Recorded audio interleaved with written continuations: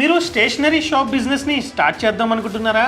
అయితే ఈ వీడియో మీకోసమేనండి. ఎందుకంటే ఎవరైతే ఆల్రెడీ ఈ బిజినెస్ని స్టార్ట్ చేసి లక్షల్లో సంపాదిస్తున్నారో ఆయన మాటల్లో ఈ బిజినెస్ ఎలా ఉంటుందో చూద్దాం రండి. బెస్ట్ లొకేషన్ వచ్చేసి school zones and industrial area zone.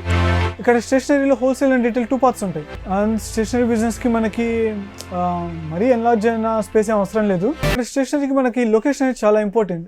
Not only it's a basic అంటే అది ఎంత ఇంపార్టెంట్ మీకు అర్థం ఉంటుంది. క్రూషియల్ అనుకోండి, ఇంకెనీథింగ్ అనుకోండి. ఎందుకంటే కొన్ని చిన్న ఐటమ్స్ కోసం కస్టమర్ అనేది లాంగ్ ట్రావెల్ చేయలేడు. ఫర్ ఎగ్జాంపుల్ మనకి సిటీ ఇన్ బిట్వీన్ కానీ స్కూల్స్ మధ్యలో కానీ ఉంటే మనకి ఇంకా అడ్వాంటేజెస్ ఎక్కువ ఉంటాయి. స్కూల్స్ మధ్యలో ఉండే అడ్వాంటేజెస్ ఏంటంటే, సో ఒక స్కూల్లో ఫర్ ఎగ్జాంపుల్ స్కూల్ జోన్స్ అనేవి ఉంటాయి. ఆ స్కూల్ జోన్స్లో మన స్టేషనరీ షాప్ మెయింటైన్ చేసే అడ్వాంటేజ్ ఏంటంటే స్టూడెంట్స్ అనేవాళ్ళు మనకి ప్రాపర్గా వస్తుంటారు. సో ప్రాపర్గా వాళ్ళు లైక్ లాయల్ కస్టమర్ లాగా వాళ్ళు మనకి అయిపోతారు.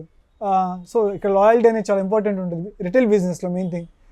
సో నెక్స్ట్ థింగ్ ఏంటంటే, ఆర్ ఒక ఇండస్ట్రియల్ ఏరియా కనుక ఉంటే ఆ ఇండస్ట్రియల్ జోన్లో కూడా పెట్టుకోవచ్చు.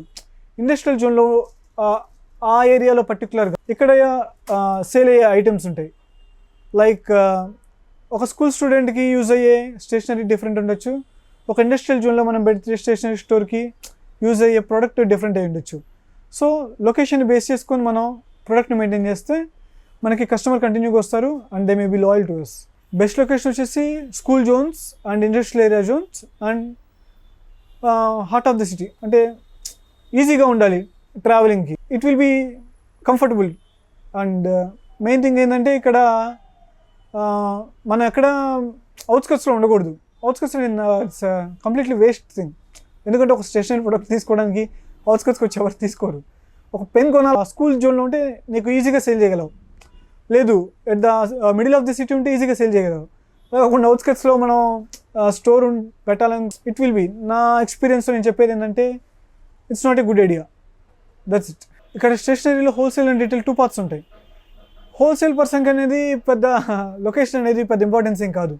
But when it comes to retail, location is the main aspect that which మీ బిజినెస్ని డిసైడ్ చేస్తుంది. ఇట్ డెవలప్ చేయాలా లేదా అక్కడే ఉండిపోవాలా అని. సో హోల్సేల్ పర్సన్కి ఏంటంటే they are completely different from the retail. So wholesale పర్సన్కి ఎక్కడ ల్యాండ్ ఉన్నా సరే, అది ఈవెన్ అవుట్స్కట్స్ అయినా సరే they can manage. But retail పర్సన్కి ఏంటంటే కస్టమర్తో కనెక్టివిటీ ఉండాలి అంటే they should be in the perfect location. Like ఇంత మనం చెప్పుకున్నట్టు school zones or industrial zones or centre of the city. But ఆ జోన్ని బేస్ చేసుకొని మనం స్టేషనరీ మెయింటైన్ చేయాలి. ఇండస్ట్రియల్ జోన్లో మనం స్కూల్ స్టేషనరీ మెయింటైన్ చేయలేం, స్కూల్ జోన్లో ఇండస్ట్రియల్ స్టేషనరీ మెయింటైన్ చేయలేం. So with the clear cut idea we should go on.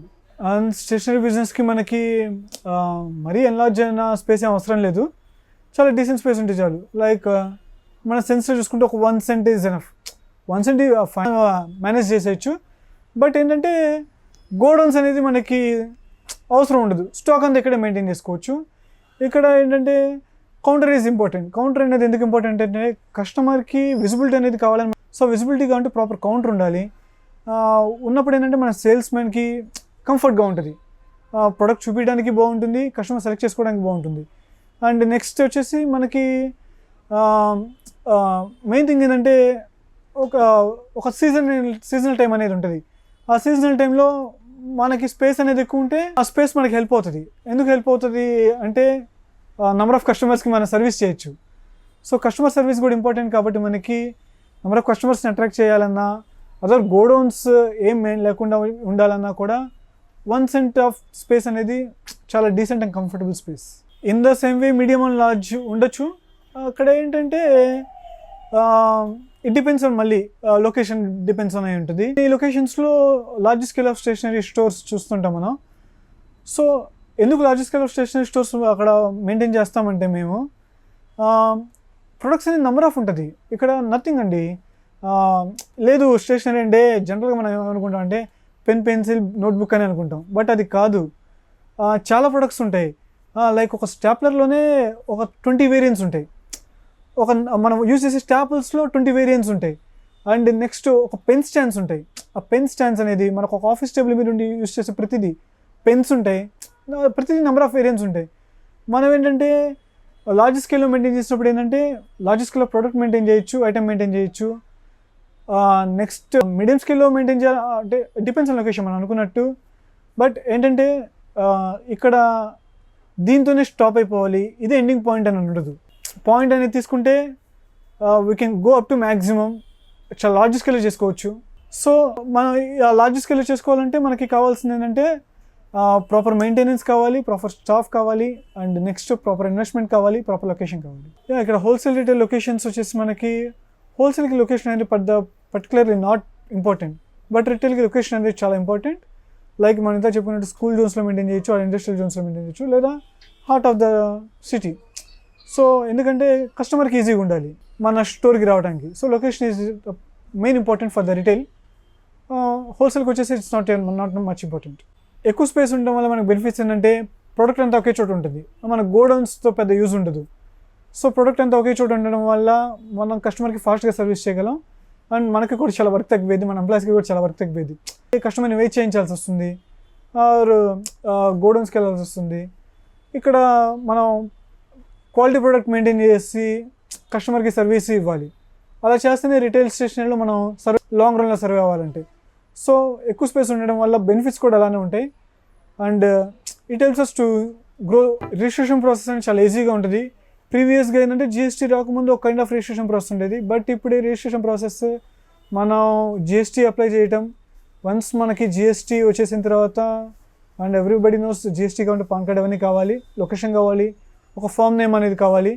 అవన్నీ ఉండి మనం జిఎస్టీ అప్లై చేసేసుకొని నెక్స్ట్ మనకి ఎంప్లాయీస్ కనుక ఉంటే లేబర్ సర్టిఫికేట్ అనేది కంపల్సరీ కావాలి. సో లేబర్ సర్టిఫికేట్ అప్లై చేసుకోవాలి, and next firm name register చేసుకోవాలి. ఇవన్నీ వీటన్నిటితో పాటు మనకి పర్టికులర్గా కావాల్సింది మనకి బ్యాంక్ అకౌంట్స్లో కూడా మనం నేమ్ ఇవ్వాలి. సో ఫామ్ నేమ్ రిజిస్ట్రేషన్ అనేది చాలా ఇంపార్టెంట్ ఇక్కడ.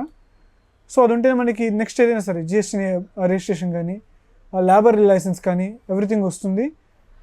ఇట్స్ ఈజీ ప్రాసెస్, అంత టఫ్ ఏమి ఉండదు ఇక్కడ. ఈ బిజినెస్ స్టార్ట్ చేసేటప్పుడు మనకి ఓన్ ల్యాండ్ అయితే మనకి కంపల్సరీగా ల్యాండ్ రిజిస్ట్రేషన్ ఉండాలి. ఐ మీన్ రేపు మనకి ప్రాపర్టీ ట్యాక్స్ కట్టానా, మున్సిపాలిటీ ట్యాక్స్ కట్టానా, మనకి ప్రాపర్ డాక్యుమెంట్స్ ఉండాలి. ల్యాండ్ తర్వాత మనకి కావాల్సింది నేమ్, ఆ నేమ్ని మనం రిజిస్టర్ చేయించుకోవాలి. రిజిస్టర్ చేయించుకున్న తర్వాత మనకు ఆటోమేటికల్లీ పాన్ కార్డ్ అనేది ఉంటే with name registration and PAN card we go with GST. GST వచ్చిన తర్వాత మనం బ్యాంక్ అకౌంట్స్ ఓపెన్ చేసుకోవాలి, current account must and should ఉండాలి. సో ఆ డాక్యుమెంట్స్ అన్ని మనం బ్యాంక్లో సబ్మిట్ చేస్తే మనకి అక్కడ బ్యాంకింగ్లో అయిపోతుంది. అండ్ నెక్స్ట్ వచ్చేసి మనకి ఇవన్నీ కంపల్సరీగా మనం మెయింటైన్ చేయాలి. మనం మెయింటైన్ చేయకపోతే ఏమవుతుందంటే రేపు డిపార్ట్మెంట్ నుంచి వచ్చినప్పుడు మనకి ట్రబుల్ అవ్వకూడదు. మనం సీరియస్గా బిజినెస్ చేద్దాం అనుకున్నాం, సో మన కాన్సన్ట్రేషన్ అంతా రేపు వన్స్ అగైన్ అనేది బిజినెస్ మీద ఉండాలి అంటే మనం డాక్యుమెంటేషన్ పర్ఫెక్ట్గా ఉండాలి. వన్స్ డాక్యుమెంటేషన్ వాస్ పర్ఫెక్ట్ మనకి ప్రాబ్లం ఉండదు. రేపు డిపార్ట్మెంట్ నుంచి ఎవరైనా ఎంక్వైరీకి వచ్చినా వీ కెన్ షో దెమ్, మనకి ఈజీ అయిపోతుంది. అదర్వైజ్ ఇక్కడ ఏమవుతుందంటే will face troubles from them. So proper documentation ఉంటే మనకి ఈజీగా ఉంటుంది. జిఎస్టీ అనేది వల్ల మనకి ఇంపార్టెన్స్ చాలా బెనిఫిట్ ఉంటుంది. బెనిఫిట్ ఏంటంటే ఇక్కడ 2 టైప్స్ ఆఫ్ బెనిఫిట్స్ ఉంటాయి. జిఎస్టీలో 2 టైప్స్ ఉంటాయి, ఒకటి రెగ్యులర్ ఉంటుంది, ఒకటి కాంపోజిట్ ఉంటుంది. మనం జనరల్గా స్మాల్ స్కేల్లో స్టేషనరీ బిజినెస్ మెయింటైన్ చేసే వాళ్ళకి ఐ విల్ ప్రిఫర్ కాంపోజిట్. ఎందుకు కాంపోజిట్ అంటే ఇక్కడ నెంబర్ ఆఫ్ ఐటమ్స్కి number of tax lots rates ఉన్నాయి. 5% నుంచి 28% వరకు ఉంది. సో స్మాల్ స్కేల్ వాళ్ళు ఏంటంటే కాంపోజిట్లోకి వెళ్ళిపోతే టర్న్ ఓవర్ మీద 1% పే చేసేయచ్చు. అండ్ జిఎస్టీ అనేది ఉంటే వాళ్ళకి బెనిఫిట్ ఏంటంటే అదర్ స్టేట్లో పర్చేస్ చేసినప్పుడు, ఫర్ ఎగ్జాంపుల్ ముంబై వెళ్ళొచ్చు. ముంబై వెళ్ళినప్పుడు పర్చేస్ చేస్తే అక్కడ మనకి ట్రాన్స్పోర్ట్లో వాళ్ళు మనకి స్టాక్స్ సెండ్ చేయాలన్నా, వాడు మనల్ని కన్సిడర్ చేయాలన్నా జిఎస్టీ కంపల్సరీ. సో జిఎస్టీ అనేది కంపల్సరీ ఉండాలి. అండ్ స్మాల్ స్కేల్లో స్టేషనరీ చేసే వాళ్ళకి ఐ ప్రిఫర్ కాంపోజిట్ కోర్స్. ఎందుకంటే ఈ స్లాట్ రేట్స్ ఇవన్నీ మనకి మంత్లీ రిటర్న్స్ వేయడానికి, దానికి మళ్ళీ ఒక అకౌంటెంట్ మెయింటైన్ చేయడానికి మనకి ఎక్కువ అవుతుంది. So composite is best. But for large and medium scale input I will prefer GST regular. And rent basis వాళ్ళు మెయిన్గా చేసుకోవాల్సింది అంటే రెంటల్ అగ్రిమెంట్. రెంటల్ అగ్రిమెంట్ అనేది పక్కా చేయించుకోవాలి, దాన్ని రిజిస్టర్ చేయించుకోవాలి. రెంటల్ అగ్రిమెంట్ అంటే ఏదో నా సజెషన్ అంటే ఒక పేపర్ మీద రాసుకొని సైన్ చేసి దాన్ని రిజిస్టర్ చేసుకుంటే రేపు మనకి ఫర్దర్గా ప్రాబ్లమ్స్ ఉండవు. మనం వన్స్ బిజినెస్ సీరియస్గా స్టార్ట్ చేసిన తర్వాత మన ఫోకస్ అంటే బిజినెస్ మీద ఉండాలంటే ఈ డాక్యుమెంటేషన్ అంతా పర్ఫెక్ట్గా ఉండాలి. అండ్ ఈ రెంటల్ డాక్యుమెంట్తో పాటు మనకి కొన్ని ఏరియాస్లో, కొన్ని కార్పొరేషన్స్లో, కొన్ని మున్సిపాలిటీస్లో డిఫరెంట్ వేస్లో ఉంటాయి డాక్యుమెంటేషన్ అనేది. ఆ డాక్యుమెంటేషన్ అనేది కూడా మనం వన్స్ ఎంక్వైరీ చేసుకుంటే మనకి ఈజీగా తెలిసిపోతుంది ఈ లొకేషన్లో మనకి ఎలాంటి డాక్యుమెంట్స్ కావాలని. సో అది మూవ్ ఆన్ అయిపోవచ్చు. అండ్ జిఎస్టీ డాక్యుమెంట్ అనేది దానికి కూడా మనకి pan card and Aadhaar card and ఉంటే మనకి జిఎస్టీ డాక్యుమెంటేషన్ అనేది మ్యాక్స్ మనం అప్లై చేసిన నవేడేస్ ఒక 20 డేస్లో వచ్చేస్తుంది మనకి. సో ప్రాపర్ డాక్యుమెంటేషన్ అనేది ఉంటే మనకి బిజినెస్కి చాలా హెల్ప్ అవుతుంది. మన దగ్గర డాక్యుమెంట్స్ లేకపోతే పెనాల్టీస్ అనేవి వస్తుంటాయి. లైక్ మనం జిఎస్టీ మెయింటైన్ చేయకపోతే మన ఆధార్ కార్డ్ మీద బిజినెస్ చేయాలి. ఫర్ ఎగ్జాంపుల్ సేల్స్ ట్యాక్స్ వాళ్ళు వచ్చారనుకోండి, వాళ్ళు మన పర్చేస్ చూస్తారు, సేల్స్ చూసినప్పుడు అంత ప్రాపర్గా లేకపోతే will face some issues with them. So ఇవన్నీ లేకుండా ఉండాలి అంటే మనకి డాక్యుమెంటేషన్ ఉంటే happy. So GST returns okay, it will be fine.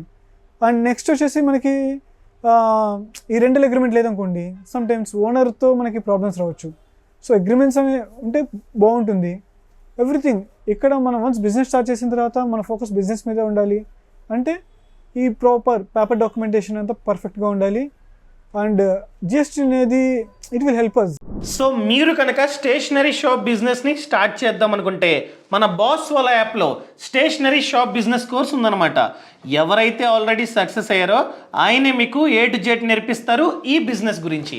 ఈ కోర్స్ని మీరు కనుక చూద్దాం అనుకున్నట్లయితే బాస్ వాళ్ళ యాప్ని డౌన్లోడ్ చేసుకోండి. ఓన్లీ కోర్సే కాదు, ఈ యాప్లో ఎక్స్పర్ట్ కనెక్ట్ అనే ఫీచర్ కూడా ఉంది. సో ఎవరైతే ఆల్రెడీ బిజినెస్ని చేస్తున్నారో వాళ్ళతో 1-on-1 మీరైతే మాట్లాడవచ్చు ఈ యాప్లో.